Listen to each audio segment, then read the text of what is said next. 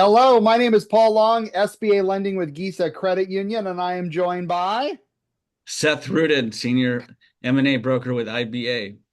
IBA, and I think they got something going on this year, something special, right? Yes, sir.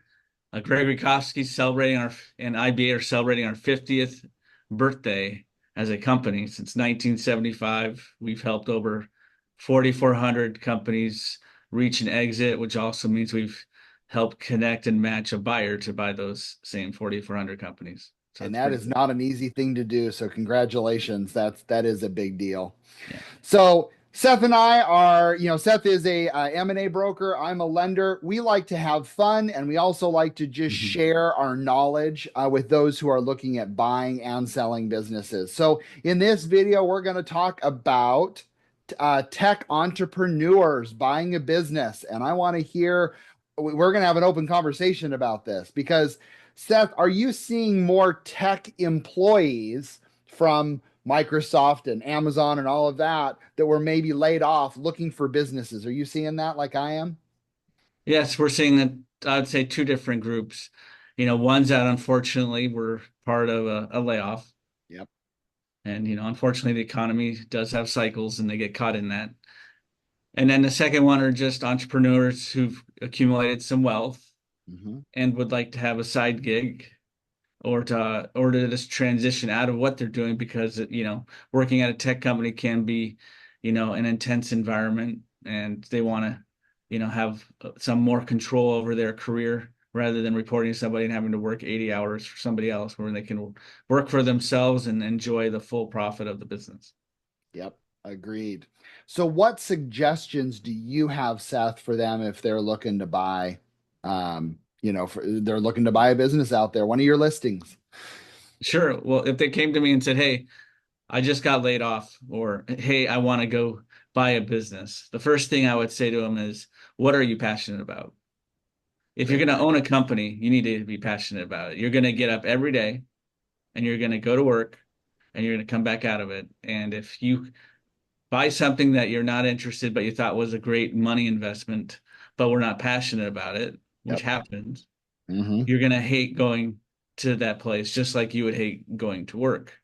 That's You can right. quit a job and go get a new job in theory, relatively easy. But if you came to me in a year after buying your company and said, "Hey, can you flip this and sell it again?" It might not be that easy. It No, usually this is takes not like five real estate. years, 3 to 5 years to prove a new owner's, business format and to get those numbers to where another buyer would say, "Hey, well, he bought it and wants to sell it so quick. Why?" Right. So we need to make sure that the owner is passionate about what he wants to do and that he's capable of running it. So A first would be assess yourself, know what you're passionate about, what you're good at. Second is understand some financial stuff about, what seller discretionary earnings are, how to read a P&L and L and a balance sheet.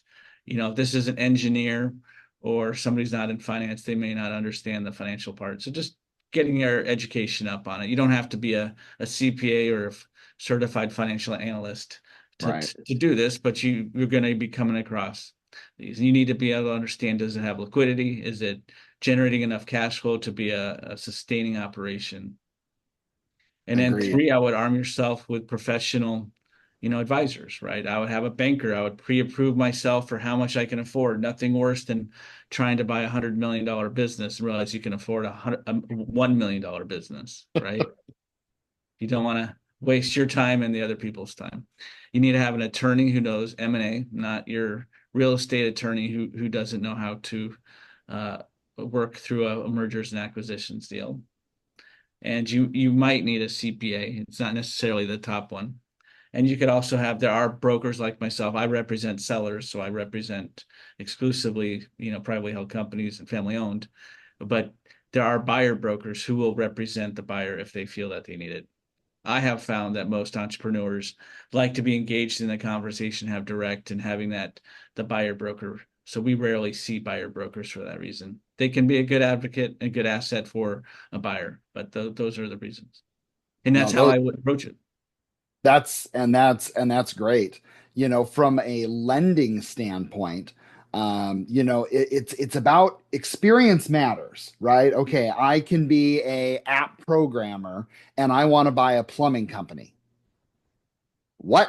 Like I try really hard to try to connect that. But if I can't connect that, that's just not a good fit. Yeah, I may have ran a business before, but is it that? Are you going to be excited to unplug toilets just like Seth was saying when you wake up in the morning? Like I don't know. But trying to find out what I call the direct experience or the dotted line experience is important. And if I can't get to a dotted line experience, it's going to be a hard deal for a lender to do.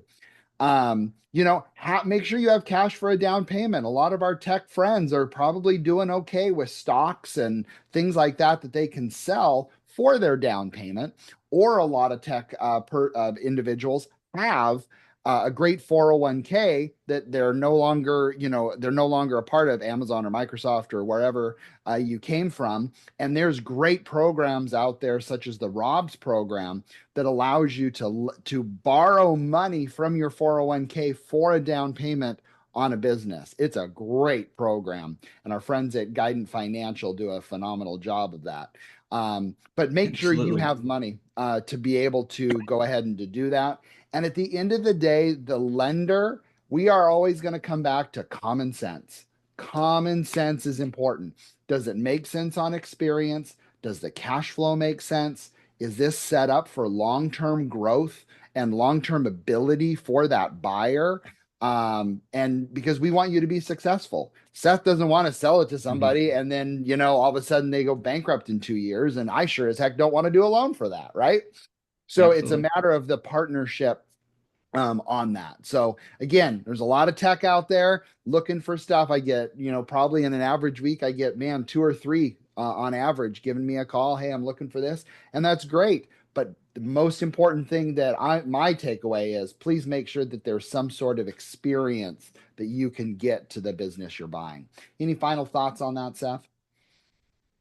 Entrepreneurism is a great place. I owned two companies before I left the tech space.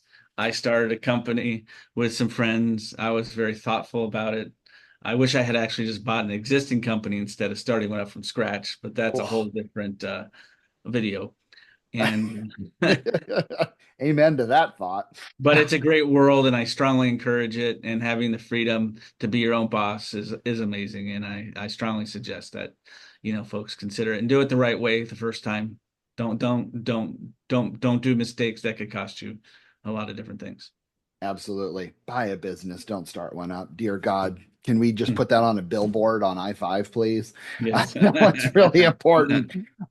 So cool. Well, thank you very much. Again, if you're looking to sell your business, Seth is your guy on that. He's a great guy, great resource to be able to help you with that. And of course, if you need the financing side, my team and I here at GESA would love to help you out.